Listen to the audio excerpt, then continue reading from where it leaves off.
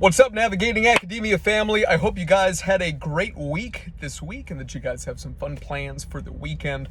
I want to make this video for my boy Tim Lawrence, who wrote to me with a great question that I think would be relevant for most of you, so I decided that I would make you this video. I'm going to start doing more videos like this in addition to my regular Navigating Academia schedule. I always try to have stuff for you guys that is professionally produced on Tuesdays and professionally edited, but I'll start making some videos like this as well. Those of you who know me know that I do a lot of training domestically and internationally.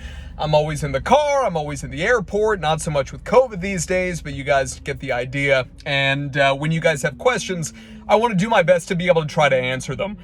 Over the last few months, the demand in terms of, for my time with regards to Navigating Academia has been a real blessing in terms of people requesting free consultation appointments and these things.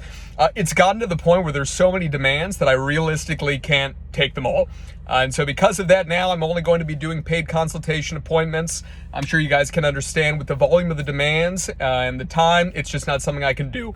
But to be able to compensate for that, service is very important to me. And so because of that, and I hope it's important to you as well, if you get any advice from me, I want you to make sure that you go out, you share the Navigating Academia videos, you do all these things to be able to pass the love on. I appreciate it, as you know. Every share of every post on your social media feeds and these things not only means the world to me, and of course you guys can tag me, which is at Dr. Phoenix Singh on Twitter, on Facebook, on everything, on Instagram, but it's also just a sign of respect for me, so I really appreciate it. So the questions that Tim had, and if you guys have questions, you can post them down in the comments below, and I will try to make some videos to be able to answer your questions. If you're interested in actually graduate school mentoring or early career mentoring, getting more publications, these things, and working one-on-one with me, then you can go ahead and sign up for a paid appointment via my website. But if you just have a very straightforward question that is not overly specific to your situation and that you think that other people would benefit from as well, post it below. I'm going to try to make some videos for you guys when I have time, when I'm on the road. Okay, so Tim had a couple of questions. I'm going to focus on one of them. The question that he had was asking for advice in terms of networking specifically for the purposes of getting published. So you want to get published and you want to try to develop a network to be able to make sure that you have as many opportunities as possible. So Tim, I think this is a great question and I think it's a relevant question for everybody. So thank you so much for asking it. Few things when I was thinking about this for you. The first thing is that I was in a very similar situation. I was in a cohort of essentially one person. There were a few individuals for me when I was at grad school at Oxford who were above me, and they were so much more knowledgeable than I was, and they were publishing in this kind of stuff, but not in the area that I was involved in.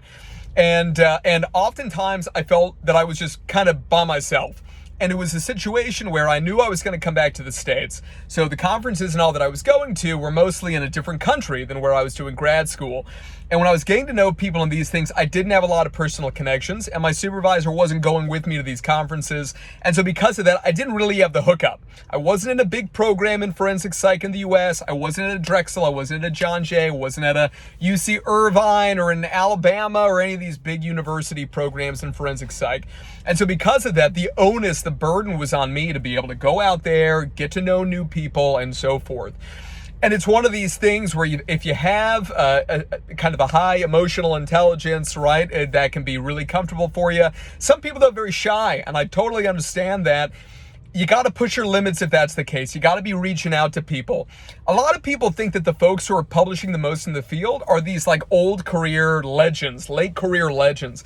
They are on a ton of publications, but what you'll find is that it's rare to find an individual who is kind of first author consistently, who is in their kind of late 60s, 70s, etc. These are the folks who usually have the biggest names.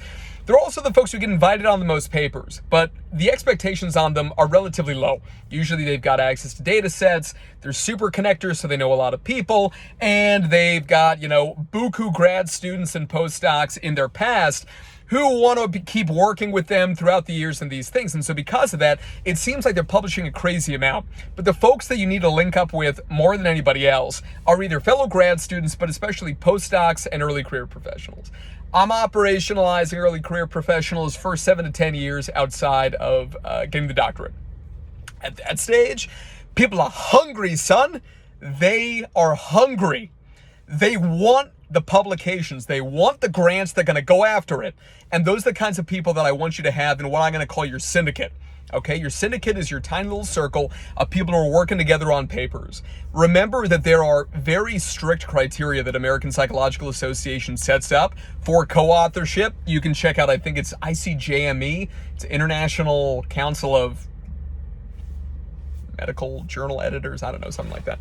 But basically they've got, it's an ethics board or whatever of medical journal editors. And the idea there is that they have very strict standards in terms of what ethically constitutes authorship versus not, as does APA. You want to make sure to follow that. It is never ethical to basically say, I'll put you on my paper, you put me on your paper, and then we'll all get a bunch of publications. Never do anything like that. The word will always get out and you'll be screwed. So don't do that. But you do want a group of people where you have complementary skill sets and complementary knowledge bases. You don't want two individuals on the same team and you're both experts in the exact same thing, unless you want to split the work and one of you writes a little, the other one writes a little and such. Maybe one of you loves stats and the other one loves to be able to write. One of you loves to do the background research and the systematic reviewing and get that lit review written as part of your intro and this kind of stuff. But make sure you can identify people with complementary skills. Grad students are great because they're super passionate and they're up to date on the latest research literature, but they're not proven yet. That's what it is. So if you get a postdoc is much more proven. I love a good postdoc.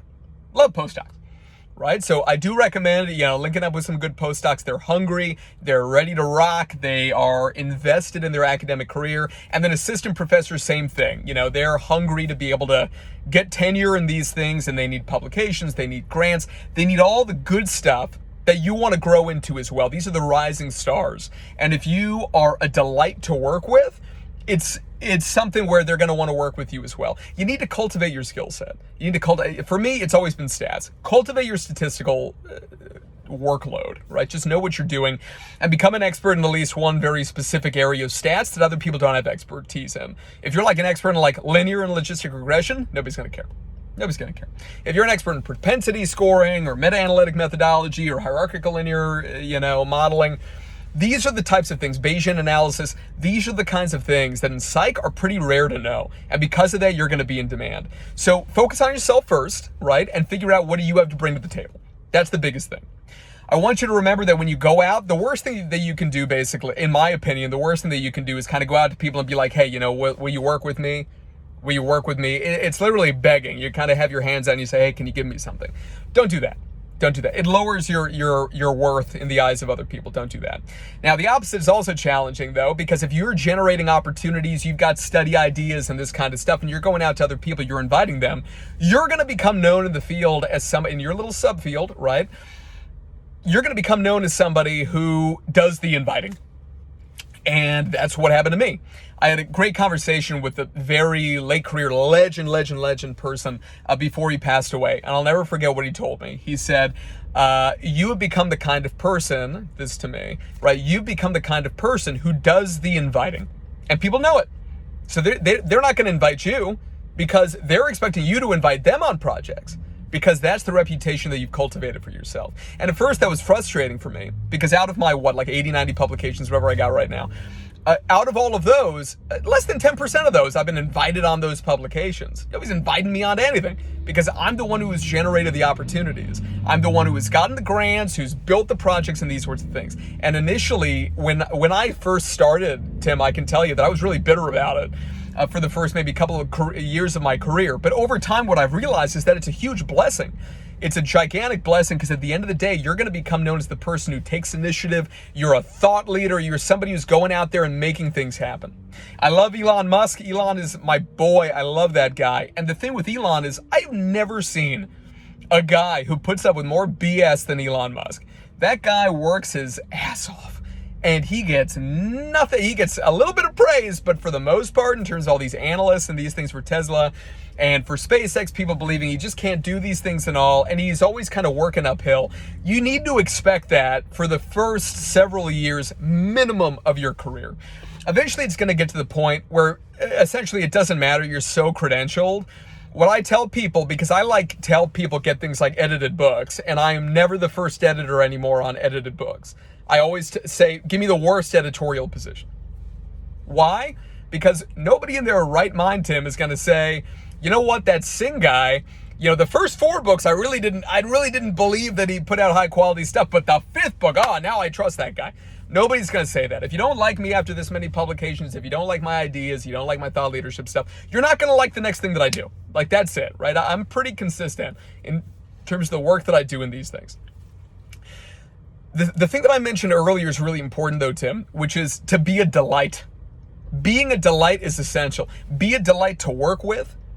Be a delight in terms of always cultivating yourself, your skill set, and just your personal development, optimizing yourself personally. And I'm talking about, Tim, optimizing your physical health, your mental health, your spiritual health, your occupational and educational health.